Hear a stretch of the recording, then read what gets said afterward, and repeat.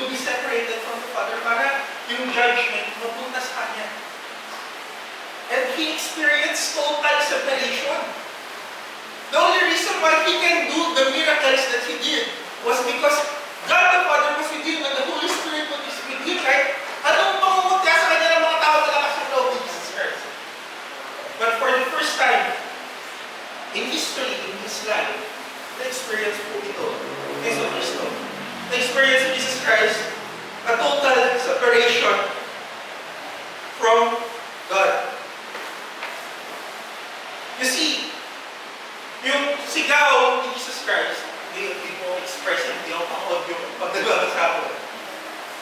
Yung prayer niya na yun, my God, why have you forsaken? It's not just a very gentle, Lord, sigaw siya. And He's in pain. Bakit niya nagawa na sumigaw?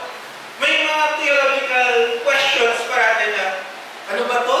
Theoretical lang ba to? Naisip lang ba niya? Nanitiwala siya? But no. How the Bible describes it, He experienced real separation. Can you imagine being separated from someone that you love? Usually, nung nag-attend kami ng, sorry po kung gagawin ko itong example, it's not a very good example. It's about the death of someone. Nung namatay si Tito Jojo, asawa ko ni Tita Hazel, si EJ, nung pumunta kami nun, kung tayo na nandun kami, hindi siya umiyak. Si EJ, he never cried. Pero yung time na natapos na yung libing, doon po talaga maririnig yung kasi na-realize niya na hindi na niya ulit makita yung father niya. Nandun yung biglang separated na pala. Yung si Kuya Carlo, yung karate ko na drive sa akin, napagod ako yung kunat niya sa akin. Nung namatay yung kapatid niya at nung binaba yung kabao ng kapatid niya sa lupa, doon talaga siya umiyak. Bakit? Kasi na-realize niya hindi niya na ulit makikita yung katawan nung mahal niya sa buhay. That separation, it means na never mo nang makita yung bagay nito, yung tao nito. And we're supposed to be the one who separated from God because of our sins. But God experienced that separation. Para saan? Para tayo ay magawang makalapit sa Kanya. This is the power of those words.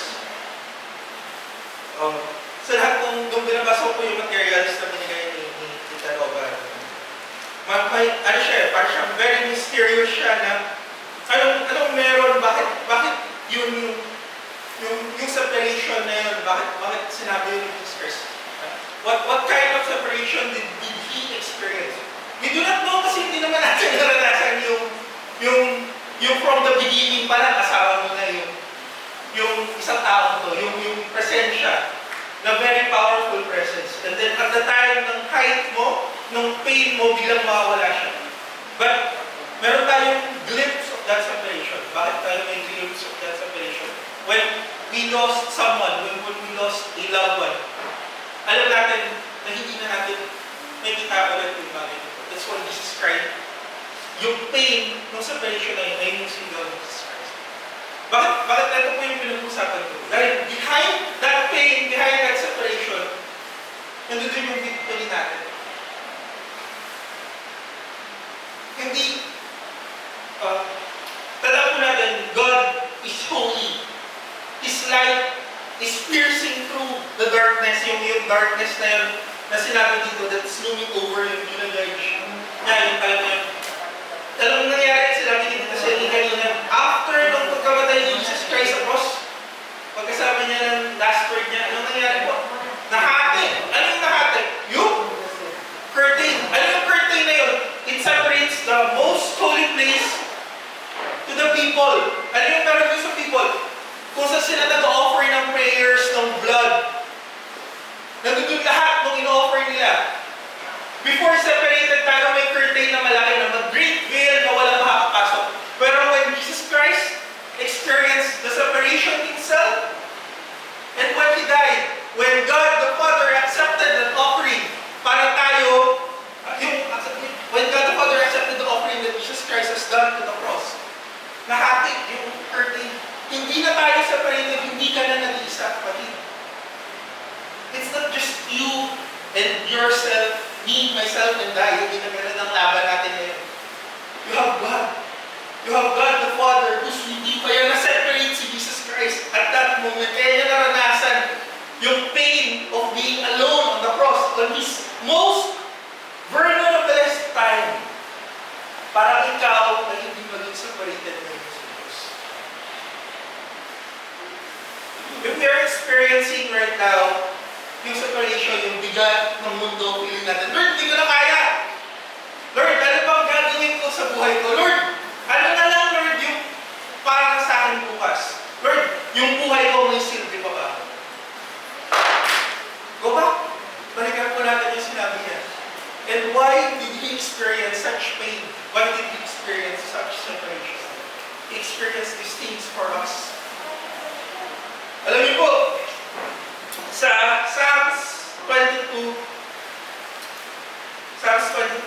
meron siyang victory line doon sa dulo ko ng Psalms 22. Namin sa Psalms 24.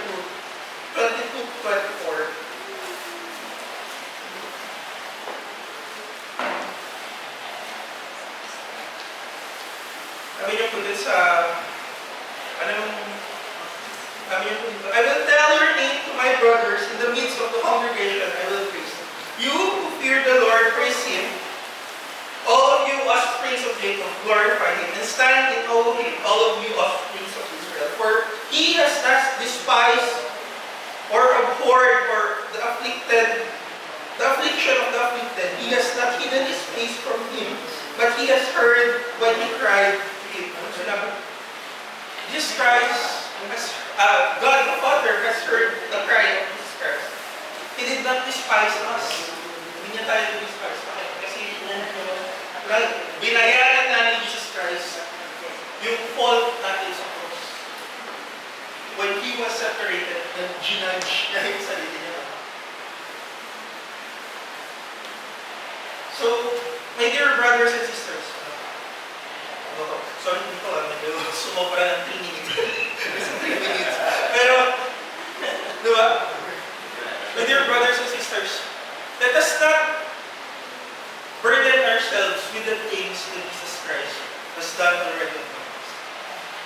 When we find ourselves burdensome and sorrow and lonely sa feeling natin na actually kahit ako, feeling ko parang, Lord, ano na lang yung gagawin ko?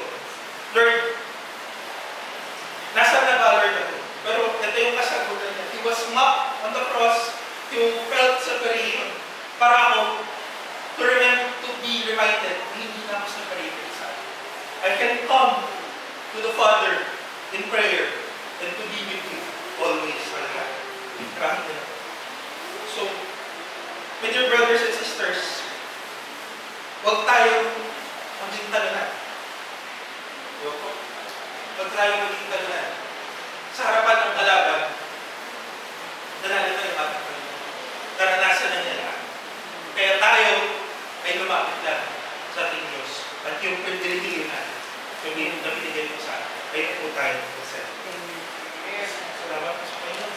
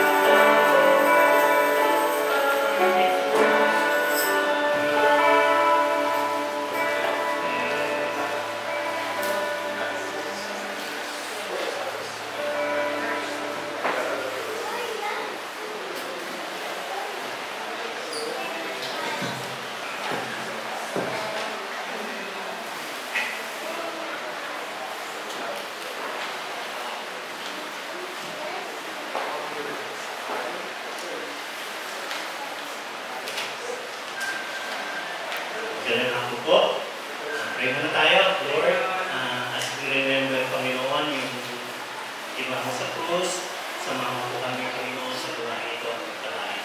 Maraming salamat. Dalayan ko na rin sa pangalan ng Panginoon Jesus. Amen. Kanina, nakatawa kanina si Bob Mr. Sasalita. Meron pala gano'n, no? Kasi, nung kabataan ko naman, nung naalala ko, meron implementation ng mga barkada ko. Pero ayoko nun, ayoko yung sumala, ayoko yung magpapaluwi. Ako yung tagapalo, kami tagapalo. Oo, kasi isipa pa namin, makala namin. Pagkatapos nun, sa celebrate kami, mag-iinuman na. Kwentuhan, gano'n. Sabi ko, ganun pala talaga kumilos yung Diyos, no? May mga taong gano'n, kaya baguhin ng Panginoon. Kaya, napakabuti ng Diyos, no?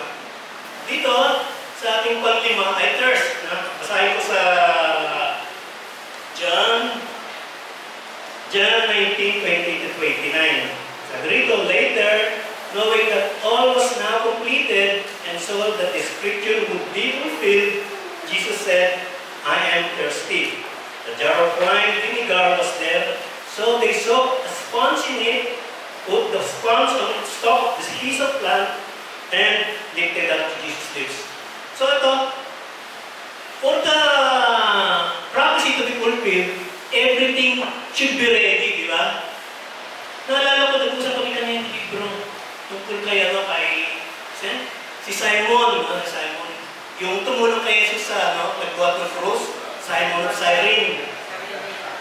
Meron akong naalala, ito yung prophecy kasi ito about discipleship eh. Sabi, anyone who followed me should deny himself, carry his cross, about discipleship. So, si Simon of Cyrene, siya yung humalili kay Jesus Christ na magbuhat. Imagine mo, kung si Simon nahuli ng 5 minutes, sino bubuhat? Wala, no? Eh kung nag-advance kaya ng 5 minutes si Simon na dumating doon, hindi niya mabubuhat yun. So yung prophecy, mawawala ng kabuluhan, hindi masusunod. So dito makikita natin, kaya nga kung yung binasa natin unang-una, yung sinabi ng Panginoon Jesus na I thirst for the prophecy to be fulfilled. So lahat ng prophecy mapupulfill dyan dahil ready ng lahat. Ngayon, saan ang galing yung wine vinegar? Ba't nagkaroon ng wine vinegar dun sa Golgotha? Ano nagkaroon doon? Yung sinasabi natin na ang prophecy, bago mangyayari yan dahil i-ready natin ng Diyos. Even the wine vinegar, kahit yung sponge. Ano nagkaroon yung sponge doon? Para i-dip yung wine tapos i-gano sa lips ng Panginoon. So yung wine vinegar pala, ito pala yung ginagamit ng mga sundalo. Wine vinegar, ito hindi siya alcoholic. Ito pero gawa dito sa grapes. No? Yung grapes kasi, yung para ma-ferment yung para maging magkaroon ng alcohol, ilalagay niya sa barrel. No? Walang oxygen na pumapasok at ferment at produce ng alcohol, 13%. Ganon yung alcohol. Pero ito, para siya maging wine vinegar, hindi nila ilalagay sa barrel, para open lang, may oxygen. So, mangyayari sa kanya, aasim lang siya. Hindi siya mapuproduce ng alcohol. So, ito yung ginagamit ng mga sundalo. Itong wine vinegar na to, lalagay ng tubig. At ito rin yung pinakamagandang pang-quench ng uhaw. So, ito yung gamit-gamit ng mga sundalo ng Romano. Ay, yung sponge naman. No? Saan mo magagaling yung sponge? Yung sponge pala, sa helmet ng mga sundalo, meron ng sponge, pinaka-padding. So yun yung ginagamit nila, no? Tataka ka yung prophecy, matutupad talaga, no? Kaya lahat ng sinabi ng Panginoon sa Biblia, pumasok 100% matutupad lahat yan. Kaya mula nung pimanak sa Jesus, hanggang mamatay, hanggang sa pagbabalik niya, matutupad lahat ng prophecy.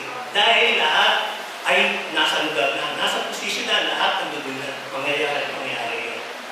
So ngayon anong ibig sabihin ito? Sabi niya, I thirst. So unang-una nga, sabi niya rito, yung fulfillment ng prophecy. At ito rin nakasulat din sa Psalm 69. They put gall in my food and gave me vinegar for my thirst. Yung nauna rito, isipin mo, 9 o'clock, crucified sa Panginoon. 3 o'clock siya namatay. Noong 6 hours, nakabitin siya ron sa krus. Yung dugo niya umaagos, yung matidrain yung dugo mo, na natural lang, mauuhaw ka. So, yun ang natural. Pero, bago pa siya ipako, may nag-offer sa kanya ng yung o yung beer na hinalo sa wine. Pero hindi niya ininom eh. Sabi nga sa mga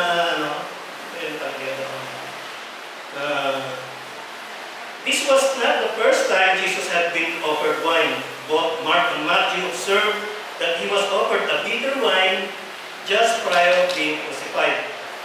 So hindi niya tinanggap, hindi niya tinanggap yun.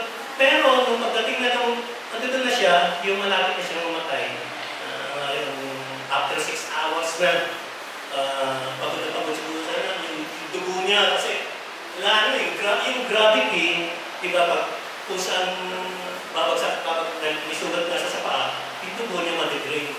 At normal lang sa tao na mauhaw dahil naubusan ng dugo. So, yun ang nangyari sa kanya, no? Kaya, sabi nga ay thirst. At una-una nga yung dahilan, para masunod yung scripture. So, ano yung sinasabi ito sa atin, no? Unang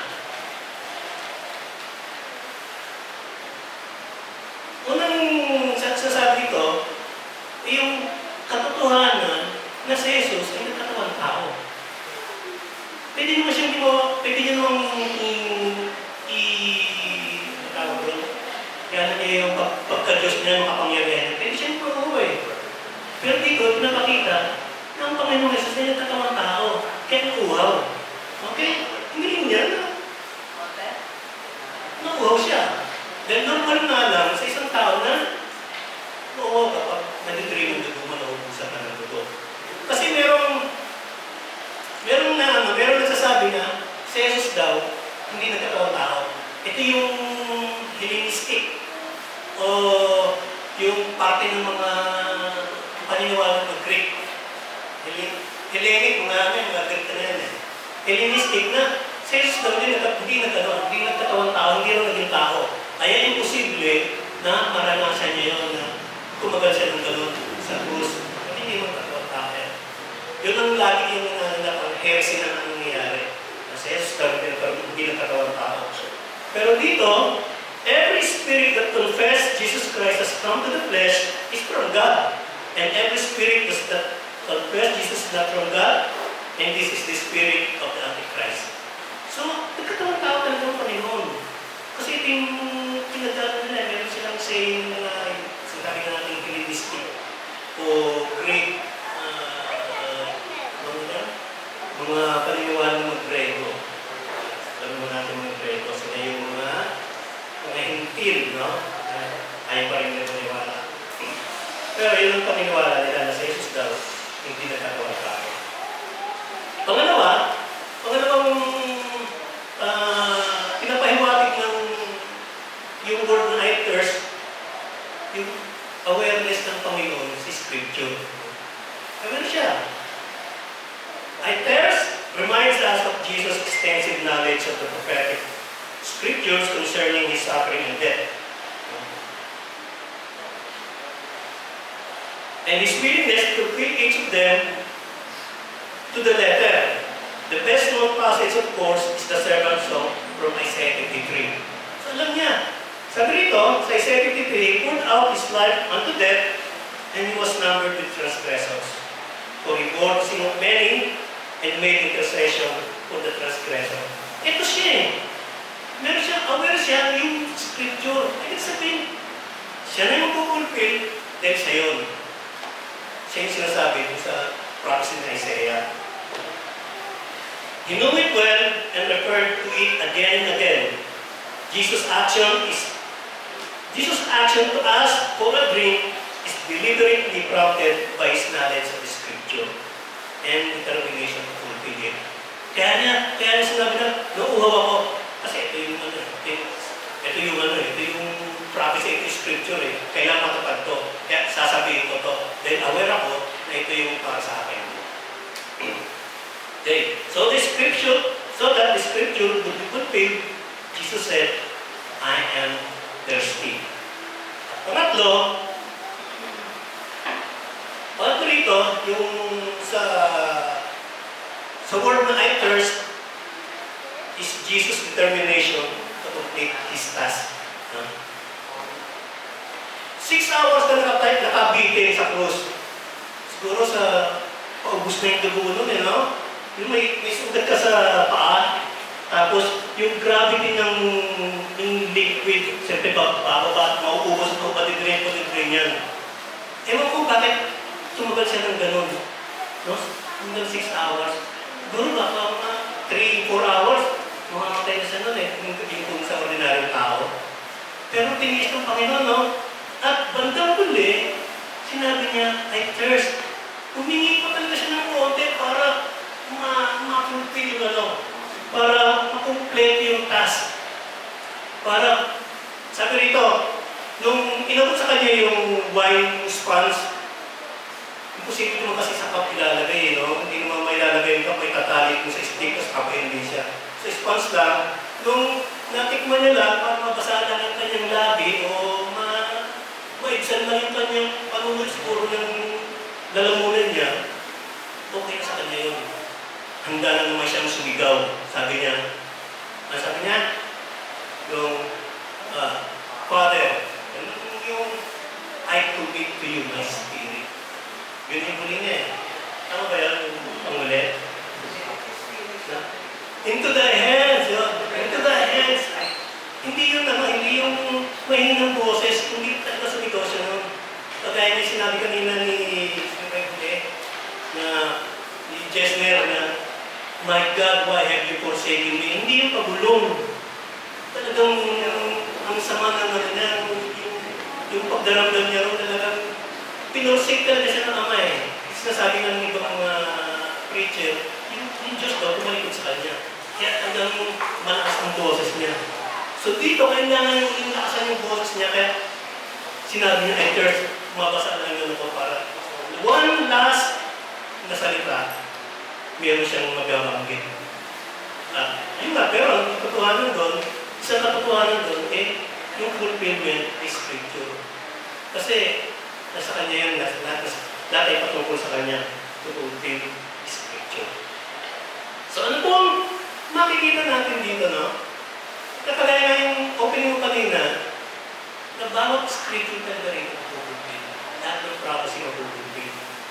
Kaya, kung ano man yung mga nababasa natin sa Biblia, ano man po yung future na sinasabi rito, sabi nung pera sa kanila, today we will be with me in paradise. Totoo, may paradise kasi napupulpil eh. Lahat ng mga bagay, lahat ng mga pangyayari, o ano mang kailangan para mapulpil sa prophecy, i-ready ng Diyos siya. Dahil lahat talaga ng prophecy sa Biblia, mapupulpil. At kaya ito, sinisabi na 700 years ba yun, bago dumating yung Panginoon, mula kay Isaiah, prophesy na ng Panginoon, suffering, death and suffering ng Panginoon, mangyayari at ito yung napulpil. So kung sa panahon natin, marami pang unfulfilled scripture o yung prophecy, makakaasa tayo, mapupulpil lahat yun. At lahat, will be in place para fulfill yun. Kagaya ng yung sponge, kagaya ng wine, parang walang kakwenta-kwentang bagay kung isipin ko. Pero andun yun for the prophecy to be fulfilled. So, yun po, maraming salamat sa Diyos.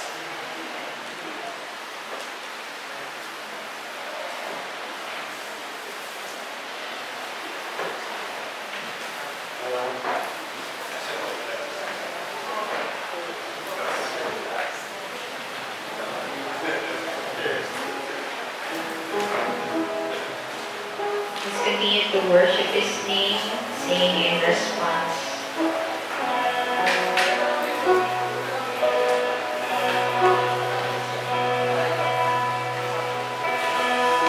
Oh Lord, you serve.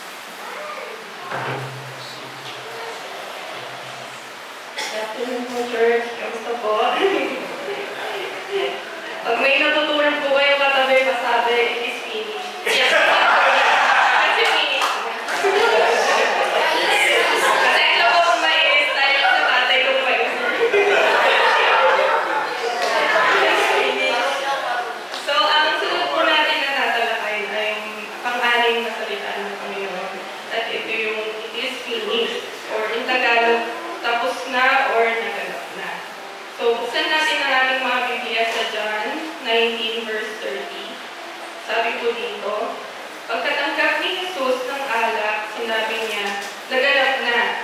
Inuyuko niya kanyang ulo at nalabot ang kanyang hininga. Purihin ang Panginoon sa kanyang mga salita. Tayo po ay manalangin. Salamat po nga sa inyong salita, sa mga puso, salamat po Lord God. Nadalangin po namin na gagalan niyo po kami. Gusto niyo po kami isipan Lord at kayo mga po patuloy namin makita Panginoon. Sa kapal na ito Panginoon. Salamat po nga in Jesus' name po. Amen.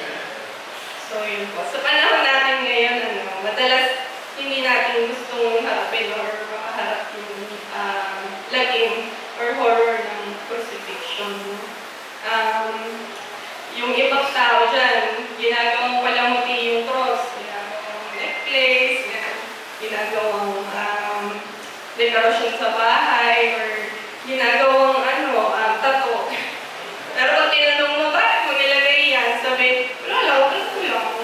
Walang basta gandang. Pero, di ba, nakakalimutan. Sa ating mga Kristiyano, lagi dapat natin pakakantandaan ang ibig sabihin ng cross or ng crucifixion. Ito ay isang kahihiyan, pagpapakahirap at isang mabagal na proseso ng pagkamatay ng isang makasalanan. Sabi sa Philippians 2 verse 8, and being found in appearance as a man, he humbled himself by becoming obedient to death, even death on a cross. Grabe ang pagmamahal sa atin ng Lord. Kahit hindi tayo parapat-dapat. Na-crucify ang Diyos sa cross of shame, cross of torture, at naging masunurin siya hanggang kamatayan. Siya ko nakakayak. Sa edad na 30s, katulad ko, so, parang ang dami nagsasabi, life begins at 30. So, ang dami pang kailangan gawin, i-success. Kailangan mo pang, marami ka pang gustong patunayan sa 30s. Pero, ang Panginoon sa edad na 33, napakaigay ng buhay niya. Pero, nagampanan niya ang kanyang mahalagang tungkulin. Sabi niya, it is finished. Hindi niya po sinabing, I am finished. Hindi niya rin po sinabing, okay na to. It is finished ay isang cry, at hindi ito isang cry of defeat, kundi ito ay shout of victory. Sa Greek language naman po, ang it is finished ay tetelestai. So it means it stands finished and it will always be finished. Ibig sabihin lang nito, ang matagal na plano ay natupad na. At hindi na ito mauulit pa. So, meron pong dalawang important facts about the word na sinabi ng ating Panginoon. Ang word na tetelestai. Ang unang fact nito ay, ito ay isang familiar word noong panahon ng ating Panginoon. Yung ibang tao sabi nila, ay, holy language yan, tetelestai. Pero hindi po. Familiar word po ito, lagi po itong nagagamit po panahon ng ating Panginoon. So, it does not belong sa heavenly vocabulary, pero ito po ay may wonderful heavenly meaning sa ating mga Kristiyano. May apat na klase po na tao na gumagamit itong word na tetelestai. Una po ay ang mga servant. Sa mga servant or slave sa dating panahon, ito ay familiar word at madalas nitong gamitin pag may utos po sa kanilang master. So, pag natapos na po nila ang kanilang trabaho, sabihin nila, tetelestai, I have finished the work that you gave me to do. Ang ating Panginoong Jesus, siya ang servant ng God the Father. Sa Philippians 2 verse 7, sinabi doon na Jesus take the very nature of a servant, being made in human likeness. Sinabi din dito sa John 17 verse 4, I have brought you glory on earth by finishing the work you gave me to do. Ang ating Panginoong Jesus ay naging servant na inutusan ng Ama at binigyan ng tukulin na kailangan niyang kantahan.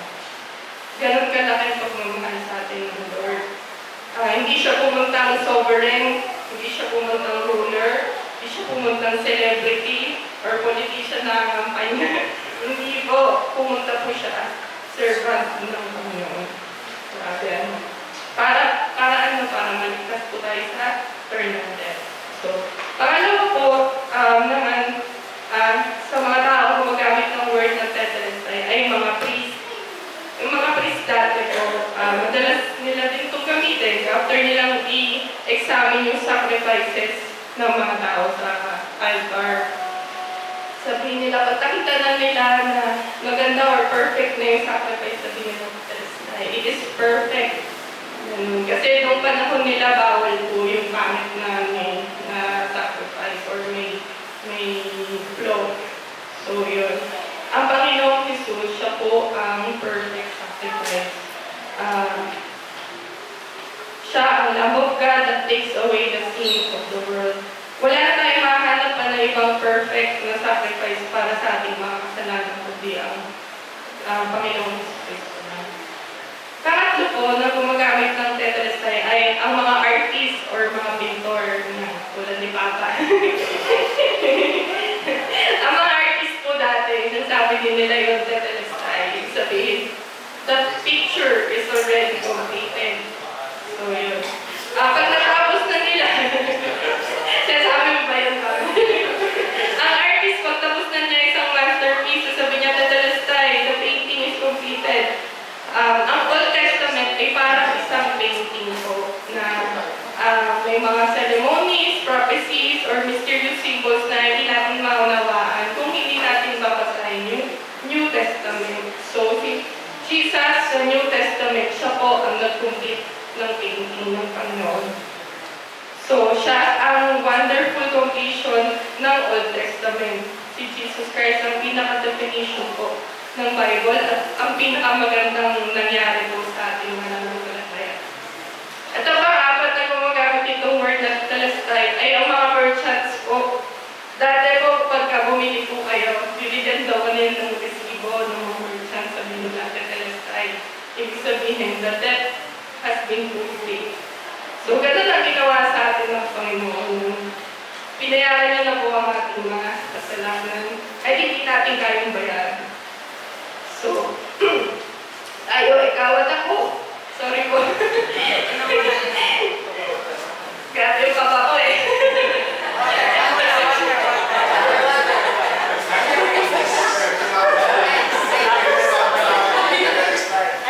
Perfect po, perfect.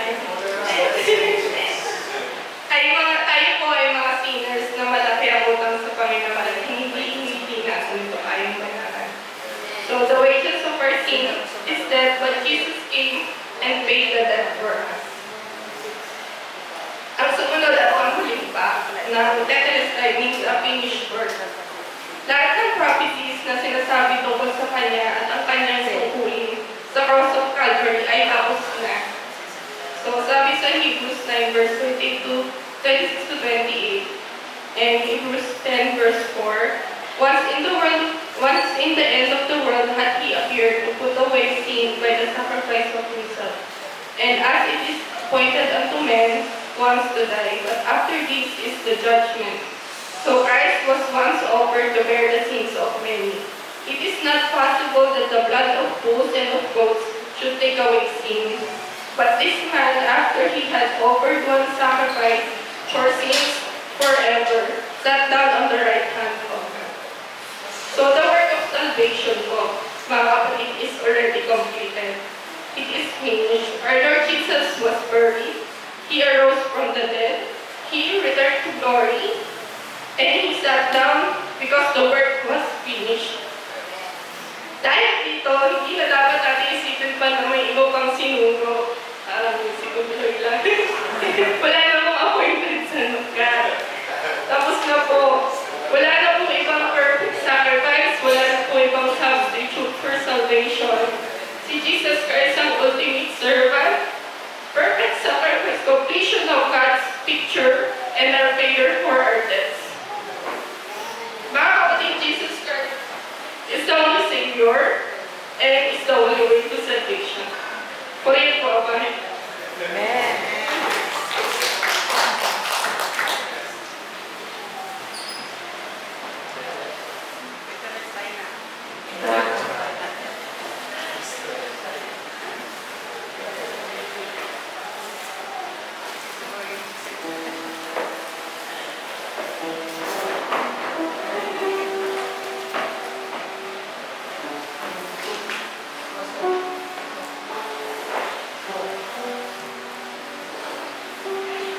How deep the Father's love for us, how vast beyond all measure.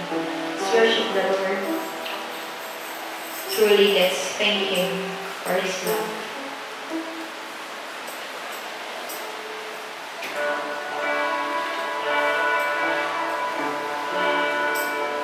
How deep the Father's love for us, how vast beyond all measure,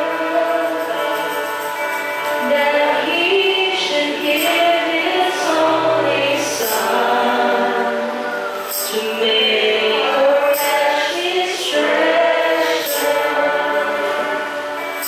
How great the pain of searing loss!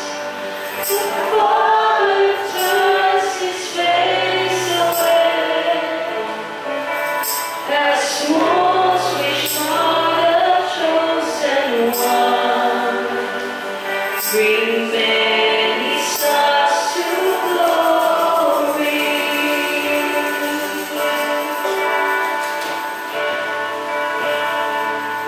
Behold the man upon the cross, my sin upon His shoulders. Ashamed, I hear my mocking voice call out among the scoffers. It was my sin that held Him there, until it was accomplished. His dying breath has brought me life. I know that it is finished. I will not boast in anything, no gifts of borrowed wisdom, but I will boast in Jesus Christ, His death and resurrection.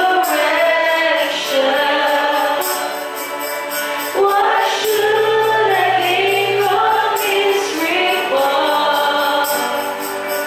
I cannot give an answer,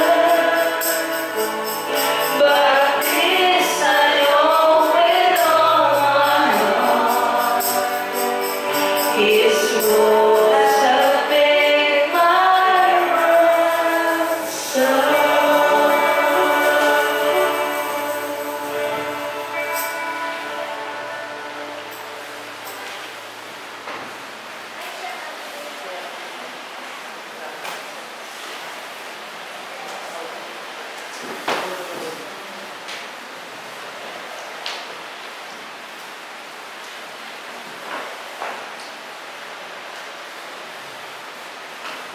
Para po sa ating panghuling mensahe, last saying, pitong wika. Sa Spanish, ano ba sa Spanish? Palabra. 7 palabras. So, kung 7 palabras. Hindi ba yan? Palabra din, no? Pitong wika, last saying. Hindi pa sabi ko na it is finished, hindi pa natin tinatapos ang so hindi po yun ang pangpitong salita, hindi pa finish. Sabi dito sa Luke 23 verse 46. And when Jesus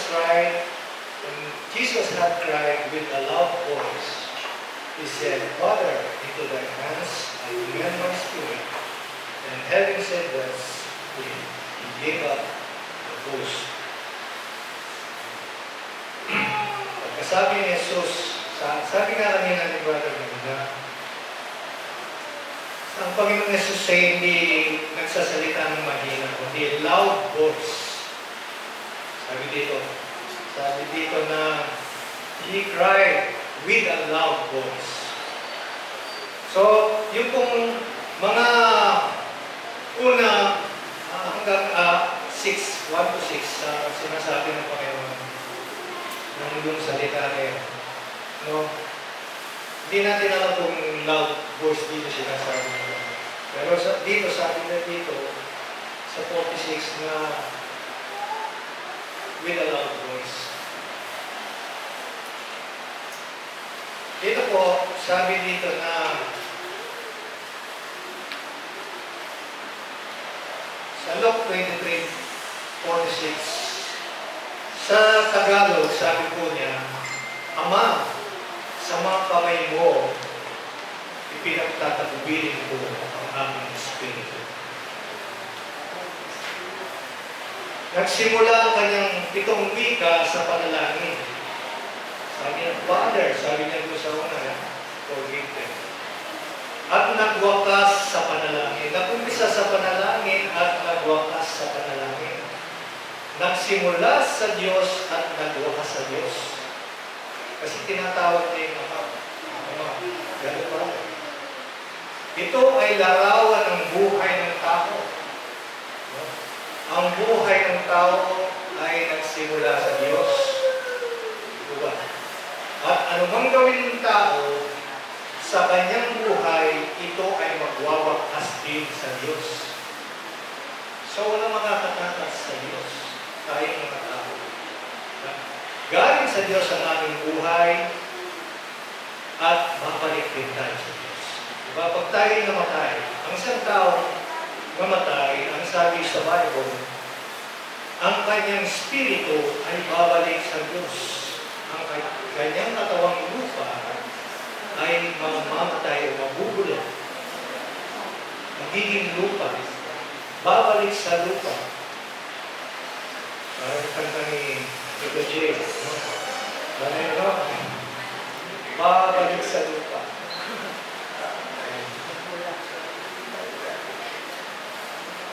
Yun po. Tayo mga tao ay nagmula sa Diyos. Kaya hindi natin pwedeng ignore ang Diyos habang tayo nabubuhay. Hindi masasabi ng isang tao, hindi ko kailangan ng Diyos. Dahil araw-araw, bawat minuto, kasama natin ang Diyos. Binibigyan tayo ng hininga ng Diyos. Binibigyan tayo ng araw. Binibigyan tayo ng ulan, pagkain, lahat ng ating kailangan. So, hindi kailanman masasabihin ng tao, hindi niya kailangan ng Diyos. So, ganito po yung nangyari sa ating Panginoon. Parang panalangin.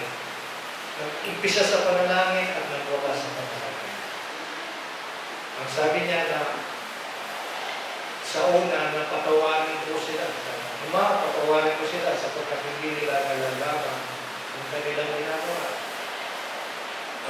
At nagwakas doon sa Ama, sa mga kamay mo, pinagtatagubilin ang mga espiritu. Tayo po daw ay hindi prepared na mamatay, na mabuhay, brother, hanggat hindi tayo prepared na mamatay. Tama po ba yan? You are not really prepared to live unless you are prepared to die. Kasi yan ang iniiwasan ng tao. Yung kamatayan. Kasi pag tayo hindi mananampalataya, o yung mga hindi mananampalataya, ang kamatayan, ang pinaka-malaging o nakakatakot na mangyayari sa isang tao. Ang kamatayan. Sabi po dito na kung hindi tayo prepared, hindi tayo tunay na prepared ng mabuhay, kung hindi tayo prepared. Ito yung ginawa ng Panginoon. Alam niya na may kamatayan ng tao. At alam niya na tayo ay mapapahama. May wakas ang ating buhay. Kaya, bago pa man, sabi ng Bible, before the foundation of the world, sabi, Jesus, nakahanda na siya na bigla, mamamatay, o iligtas ang isang katauhan. Sabi nito, and when Jesus had cried with a loud voice, he said, Father, into thy hands I commend my spirit. And having said those things, he gave up the ghost or the spirit. Sabi ko dito na may apat na characteristic of his death, ng kanyang kamatayan, na may encourage tayo para mawala yung ating takot sa kamatayan. Kasi ito yung dinatatakutan ng isang tao, lalo na yung hindi mananampalataya. Meron po daw apat na characteristic ng ang kamatayan na hindi tayo matatakot sa kamatayan. Ano po ba ito? Kasi ang Panginoong Jesus, siya ay talagang namatay. He died actually. Sabi nga ni Brother Noy, na talagang tao siya, uhaw siya. At namatay din siya. Kasi yung iba, sabi nga, na hindi daw siya tao. No, hindi siya tao. Sabi dito, he died actually. His death was not an illusion. No? He actually died. Maraming nagpatunay yan na namatay siya. No? So, ang Panginoon Jesus ay tunay na nasa katawang lupa. Human body. Na-experience niya yung lahat ng ito. Siya'y lumaki, no? Siya'y minom, siya'y natulog, no? Naranasan niya lahat yan. So, namatay siya talaga. Kasi siya ay nagtatawang tao. Tao siya. He died confidently. Ito yung pangalawang characteristic ng kamatayan ng Panginoon. He died confidently. He not only died actually, he also died confidently. Bakit siya confident na mamatay? Dahil ba sa ating kalalagayan, may confident ba tayo na makaharap ang Panginoon? Kasi yung mga kamay, wala, ano may confident? Ang God's will. Siya gusto mo na. Mawala na kayo. So, he died confidently. Confident siya na makasama niya muli ang God the Father. Kasi sabi niya, Father, into thy hands, I commend my spirit. Into thy hands. Sa mga kamay mo, pinatagubilin mo ng spirit. Yun ang huling bita niya. He died confidently because he had a Father's presence. He said, Father, tatlong beses na daw sinabi, yung nasa cross siya, yung Father, tinawag niya yung Ama. Doon na, sabi nga kanina, na tinalakuran siya ng Ama. No? Dahil hindi niya gustong makita yung kasalanan na ninako ng Panginoon. Na dapat na tayo nakabago doon. Hindi niya yung kasalanan, hindi gustong tingnan ng Diyos. Kaya sa tumanin. So, yun, nasabi ng Panginoong Jesus yun na sa iyong mga kamay pinagtatagubin ng mga Espiritu dahil yung presence ng God the Father nandun pa rin. Doon na tumalikod. No? Pansamantala. Pero, ang Diyos hindi naman nawawala. Tuloy, di ba? Ang Diyos ay nasaan? Siyempre, ay wala tayong pagtataguan. Dahil sabi nga ni David, hindi siya makapagtago sa Diyos. He died confidently because he had a Father's promise. May pangako daw ang Diyos sa kanya na kinok dito na yung sasaw. No? Na pinagtatagubilin niya yung kanyang spirito. Nandun din yung protection ng ating Diyos sa kanya. Kaya nasabi niya yun na sa iyong mga kamay, pinagtatagubilin ko ng spirito. Kasi tiwala siya. Yung protection ng Ama, nandun pa rin. Kanina niya ipagtatagubilin ng kanyang spirito. Kanino? Wala yung iba kundi sa Diyos Ama. Kasi siya yung anak. So makita po natin dito na ang Panginoong Jesus ay may confidence siya na mamatay at makasamang muli ang Panginoon. He died willingly. Hindi napipilitan na mamatay. Hindi siya napilitan o napasubo na lang. Kaya siya napako sa krus. Hindi po. Ito ay plano ng Diyos. Bago pa man, hindi ka rin. Before the foundation of the world, sabi na Bible. Nakatalaga na. So, willing siyang mamatay para sa atin. Kasi alam niya na wala tayong magagawa sa kaligtasan kundi siya ang pwedeng gumawa. So, he died willingly. Binigay niya kanyang buhay. No, sabi ng Bible na pinatay siya. Pero kung talaga babasahin yung Bible, sabi ng Panginoon, walang makakakuha sa akin nito, yung kanyang buhay. Kasi sa kanya galing ang buhay. Walang makakakuha sa akin nito, kundi yung pusa niyang ibinigay. Pusa niyang ibinigay sa akin, yung kanyang buhay. Kaya siya namatay.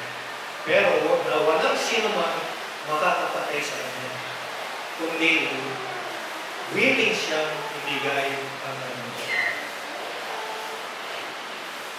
Pangapat, sabi dito, he died victoriously. Sabi nga natin na parang sa isang hari sa labanan, lalo na yung panahon nila ng Old Testament, pag pinatay yung hari sa labanan, ibig sabihin talunan sila. Defeated. So talunan yung isang kaharian pag pinatay ang kanilang hari. Pero dito, pinatay yung hari ng mga hari, pero sabi dito, he died victoriously.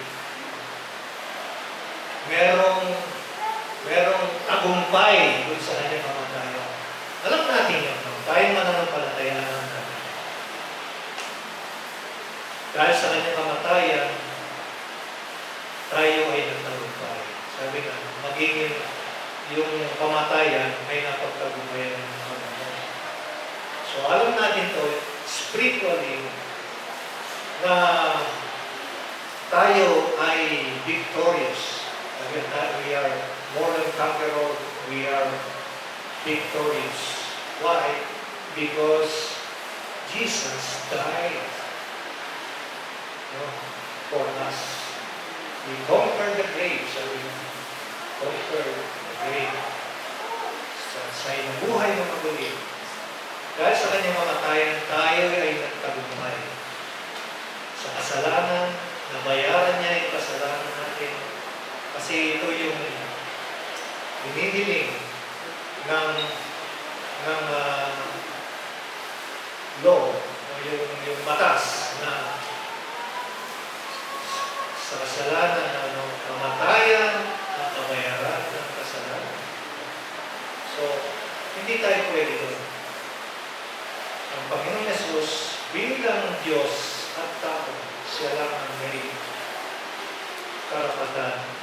pwedeng gumawa niya para sa ating kaligtasan. Kaya po, nung namatay siya sa krus, nasabi niya na it is finished, dahil natapos na yung kanyang mission, no? At nang ibigay niya ang kanyang spirito sa Diyos Ama, doon na siya nalalutan niya.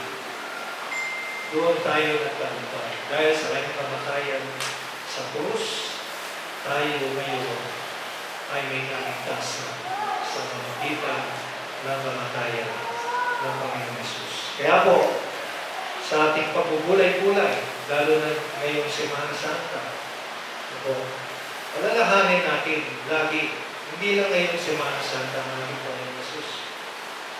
Araw-araw, paano tayo minahal? Paano niya ibinigay ang kanyang bugtong na anak na dapat tayo ang mamatay dahil sa ating mga masama, dahil sa pagmamahal niya sa atin. No? Tayo ay niligtas niya upang tayo ay hindi mamahal. Purihin po ang Panginoon sa kanyang dakilang pag-ibig sa ating ang sabi nga ng Biblia na hindi niya pinagkait ng Diyos sa kanyang bugtong na anak. Kaya po, ang mga suliranin tayo o pangangailangan tayo o meron tayong problema o kapag-abaga sa ating nasa Tagalog. Sabi doon na ang Panginoong Hesus na hindi pinagkait sa atin. Ano pa ang mga bagay nito, ang maliliit na mga bagay nito na hindi kaya ibigay sa ating Diyos. Purihin po ang Panginoon. Tayo po ay manalangin. Dakilang Diyos, maraming salamat po sa dakilang pag-ibig mo sa amin na Diyos. Salamat sa aming Panginoon Hesus na binigay niya ang kanyang buhay upang kami po, Panginoon, ay magkaroon ng buhay na walang hanggan at kapatawaran ng kasalanan sa magitan ng kanyang dugo at kami ay nalinis sa aming Panginoon. Lord, amin pong pinapasalamatan ng dakilang pag-ibig mo sa amin ang kaligtasan ng Panginoon. O Diyos, nawa Panginoon sa bawat sandali ng aming buhay ay pasalamatan ko namin at alalahanin namin ang dakilang ginawa mo sa amin, Panginoon. Na hindi namin kayang bayaran sa kasalanan namin kundi sa dugo lang ang nanay ko ng Jesus. Kaya kung marapat kang buhihin, pakilain sa mahig. Salamat po, Diyos. Salamat, Jesus.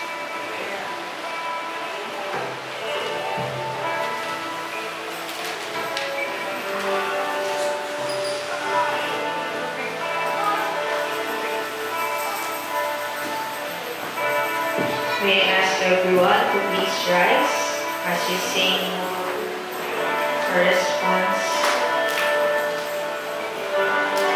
Truly, He is our God. He is our living hope.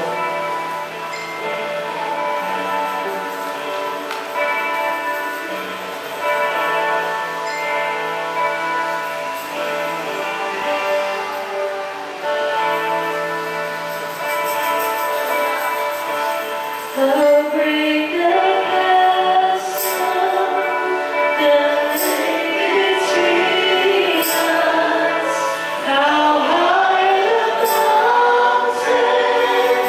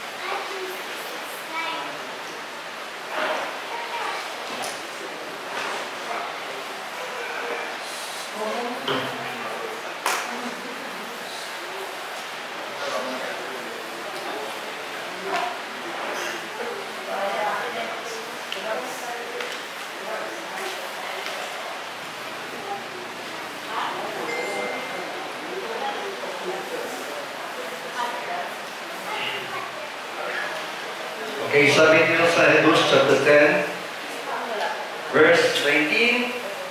Therefore, brothers, since we have confidence to enter the most holy place with the blood of Jesus, by you and leaving way open for us through the curtain of his body. And since we have a great priest over the house of God, let us draw near to God with a sincere heart and full assurance of faith, having our hearts sprinkled to cleanse us from guilty conscience, and having our bodies washed in pure water. Let us hold unswervingly to the hope we profess, for he who promised is faithful. Shall we pray? Father God, we thank you and we praise you, Lord, for who you are. Thank you for what you have done to us, O God, through the Lord Jesus Christ, O God. Lord, you have chosen us even before the foundation of the world. You have chosen us and you have loved us, O God, to be sanctified by the Holy Spirit and by the word of truth, the gospel of Jesus Christ. Salamat po, Panginoon, na bago pa dalangin ng mundo, kami po yung pinili na maligtas sa pamagitan ng aming Panginoon Jesus. At sa pagpapanal ng Espiritu sa amin, Panginoon. Ito po ay nagpapatunay na sa aming buhay ay wala po kaming magawa. Ngunit, kailangan lumapit kami, manampalataya kami, Panginoon, sa inyo, O God. At salamat po, Panginoon, sa ginawa mo sa bawat isa sa aming Panginoon.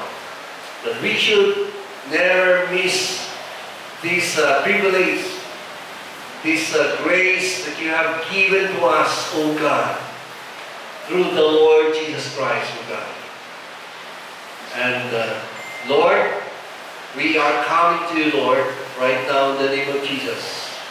Through the blood of Jesus, O God. We worship you, Lord, because of the blood of Jesus that has been shared for us, O God, for our sins, O God. Lord, we pray, continue, Lord, to prepare our hearts as we continue, Lord, to worship you in spirit and in truth, O God. This we ask in Jesus' name. Amen. Sa oras ito, let us examine ourselves. The Bible says, let us examine ourselves before God. Let us confess our sins before God. Because sabi ng Panginoon dito sa 1 John, sabi ng Panginoon sa 1 John, chapter. Okay, sabi niya, 1 John 1:9, sabi niya, if we confess our sins, He is faithful and just to forgive us and to cleanse us from all unrighteousness. Okay, so, yung gagawin natin ngayon ay we have to confess our sins. Isulat ko natin, and then literally, ay ipapako ko natin dito sa cross. Okay, so it's a picture, It's a picture of what Jesus has done to us. Ito pa ay isinilarawan natin yung naganap doon sa cross, Through the Lord Jesus Christ, kasama doon yung lahat ng ating kasalanan. So, huwag natin po dalhin ang ating kasalanan sa sarili, but we have to confess, Kung mayroon tayong mga bitterness, we have to release that bitterness, unforgiving spirit, kasi yan po yung mga nagbablock sa atin, ng ating fellowship sa Panginoon, at nag-hinder sa atin ng ating fellowship sa Panginoon. Okay, so, we have to confess our sins. So, isusulat po natin, and then, ipapako po natin ito dito sa cross, it's a picture of what Jesus did to us on the cross. Binayaran na po ng Panginoon yung ating kasalanan. But we have to confess our sins, repent Ibig sabihin, no? Okay, so,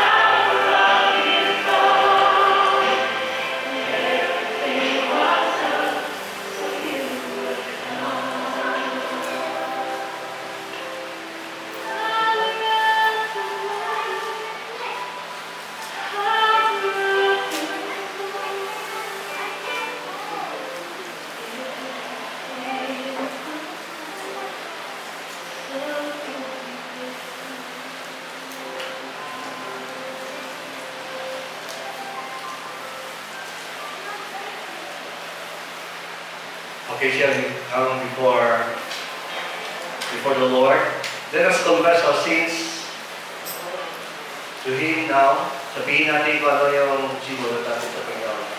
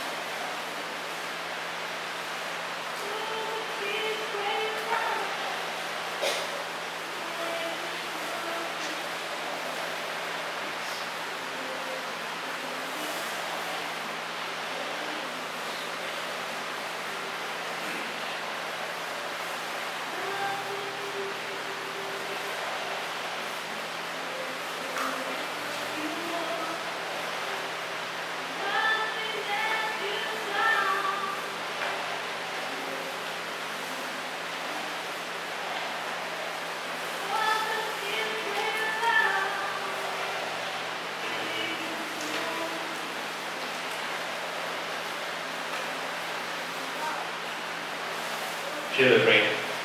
Father God, we thank you, Lord, and we praise you, Lord, through the Lord Jesus Christ. We can come into your presence, Lord, now. At salamat po, Panginoon, sa iyong ginawa sa amin. Lord, we pray that continue, Lord, to cleanse us from all our sins, O God. Lord, if we love people or other things, Lord, more than loving you, Lord, please forgive us, O God.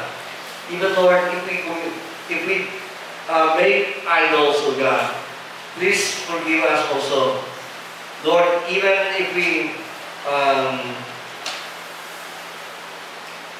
misuse your name, O God, please forgive us, O God. And Lord, if we fail to worship you, Lord, every day, especially, Lord, on your holy day, O God, please forgive us also, Lord. Lord, I pray that forgive us also if we dishonor our parents, O God. And Lord, or forgive us also, Lord, if we commit bitterness or we become angry with other people, Lord, with our brethren. Lord, please forgive us. Lord, forgive us also, Lord, if we commit sin of immorality, O God, even in our thoughts, O God, in our hearts. Lord, forgive us, O God. Lord, forgive us also if we commit, if we lie against you, Lord. And Lord, forgive us also if we steal anything from you or from others, O God. And Lord, forgive us if we commit the sin of covetousness, O God.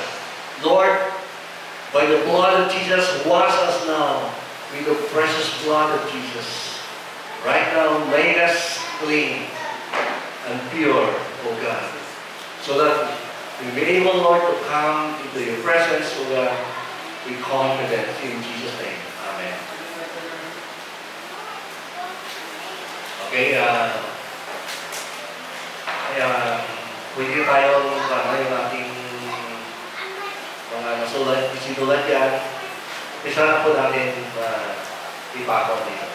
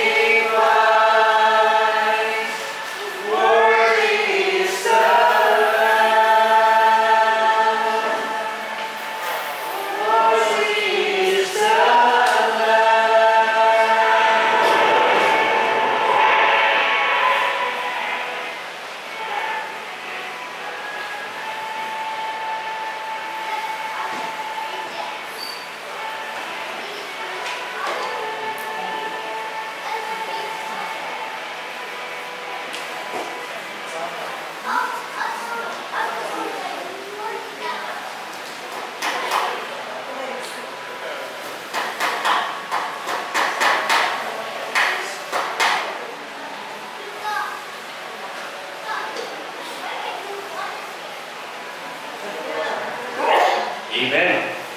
Amen. So, sabi po ito, yung kasalanan na ating pinagtapat sa Kanya, hindi na niya, ano tawag ito? Lalahanin, no? Pinako na niya eh. Amen? So, yun po, no? So, purihin po ang Panginoon. Okay, tayo po ay dadako sa ating banal na hapunan at hilingin po natin yung ating mga men, no? To assist us sa ating Lord's Supper.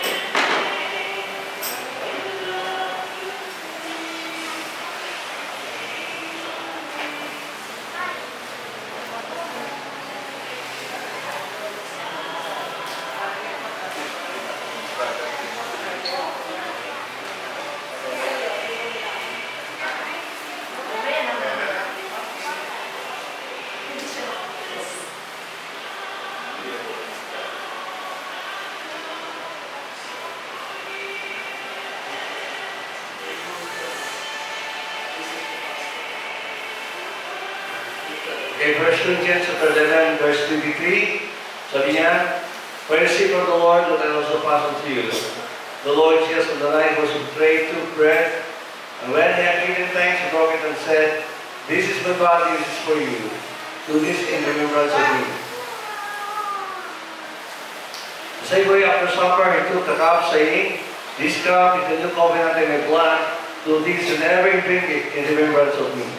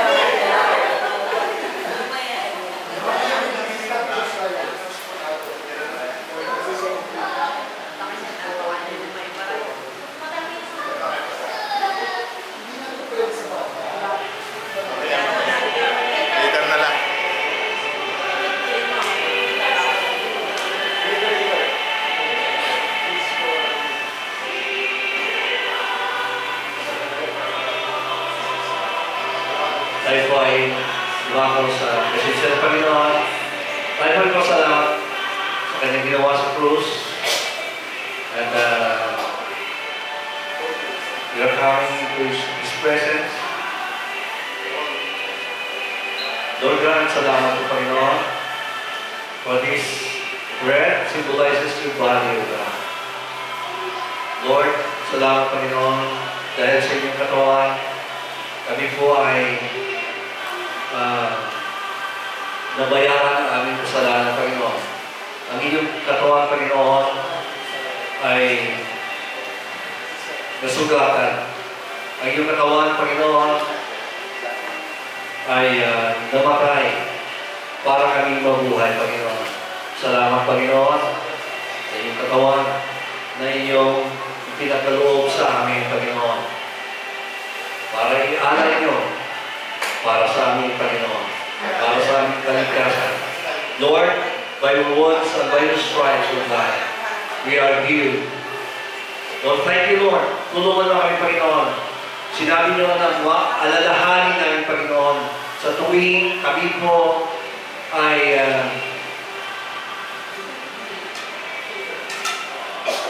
gagawa nito, Panginoon. Alalahanin namin ang inyong ginawa sa krus, O God. Lord, this bread symbolizes your body, O God, broken for us on the cross of Calvary. Lord, we worship you, Lord, because of what you have done to us. The Lord just said, this is my body, broken for you. Do this in remembrance of me. Let us remember the Lord's death, what the Lord has done to us by partaking this bread.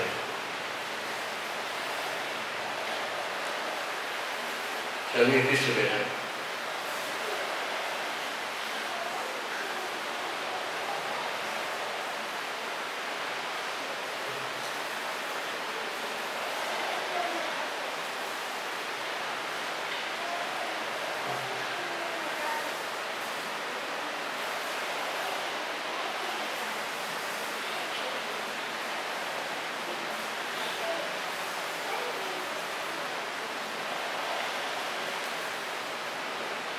Salamat po Diyos sa pagkakataon ng pananalig sa iyo upang alalahanin ng Panginoon na pagkamatay mo sa ating o Diyos na sumunod. Salamat Panginoon sa Panginoon na nagbigay mo ang anak sa Jesus upang ang Panginoon ay patuloy pangalangin sa iyo.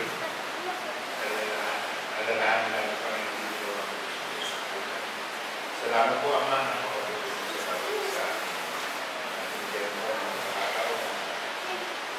maligtas at patuloy na biyaya mo na tuwing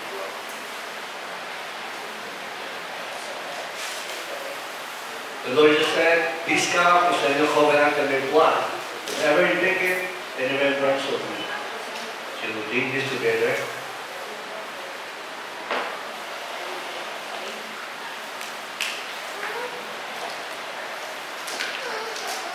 Kailang Diyos, Aming Ama, salamat po sa lagay ng pag-ibig mo sa aming Panginoon. Binigay mo ang iyong puktong anak upang sa magitan ng kanyang kamatayan sa pagbubuo ng kanyang dugo. Kami po ay nalinis at patawad sa aming kasalanan. Aming po inaalala at pinasalamatan sa oras na ito ang dakilang pag-ibig mo sa amin.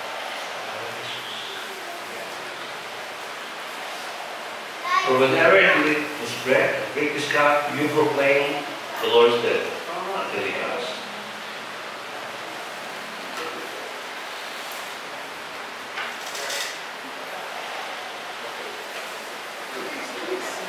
We can natin, thank you Lord for saving my soul. Thank you Lord for saving my soul. Thank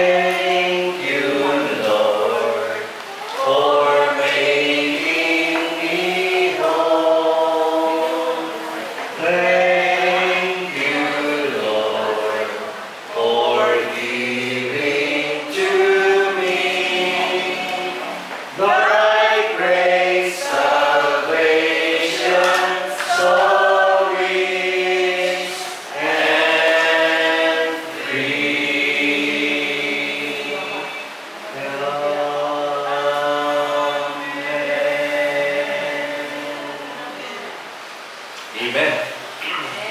Okay, so, ngayong umaga, ngayong gabi po, gabi na. Pasalamat po tayo sa ating mga speaker, 7 speakers, no?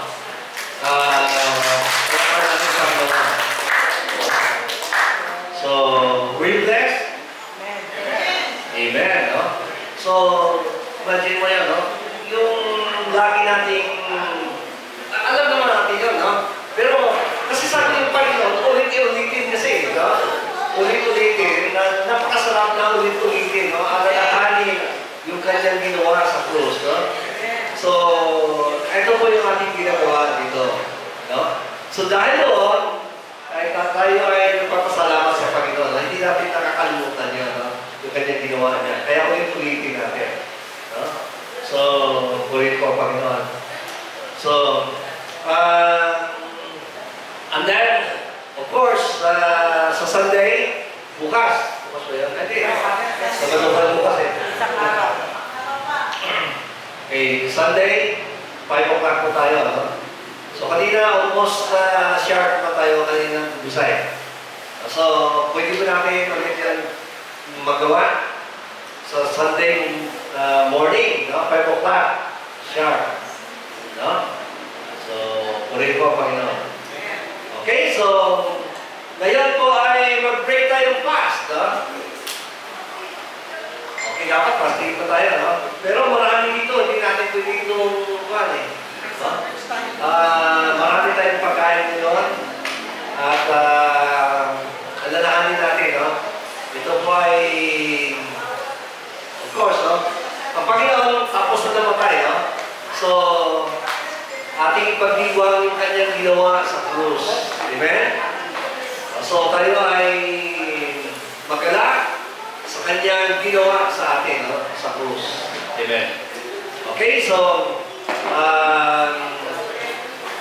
Happy birthday na birthday. okay, sige, pag-pray natin yung ating kakainin. Ha? Okay. Manalangin tayo, Father God, salamat Panginoon sa gabi ito, bigay mo sa amin, Panginoon. Salamat, Panginoon, sa dakilang pagmamahal mo sa amin, Panginoon. Ibinigay niyo po, Panginoon, yung aming tagapaligtas. And Lord, here we are. We are celebrating, Lord, what you have done to us. And Lord, dalangin din namin, Panginoon, maging ang aming birthday celebrant today, si Ate Do. Salamat din sa kanyang buhay. Salamat, Panginoon, for using her for your glory, sa mission, especially sa aming praise and worship. And Lord, dalangin din namin at salamat din, Panginoon, sa pag-celebrate ng aming anniversary, ng aking naibahay, Panginoon. Salamat, Panginoon, pag-iingat mo sa amin at pag-kabutihan mo maging sa aming mga anak, Panginoon, sa church, o God, na ibinigay niyo,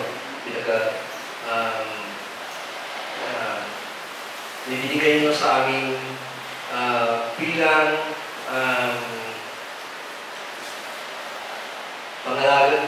pangalaga sa kanilang spiritual na pangailangan, O God. We thank you, Lord, for what you have done to us. And Lord, continue, Lord, to use us for your glory.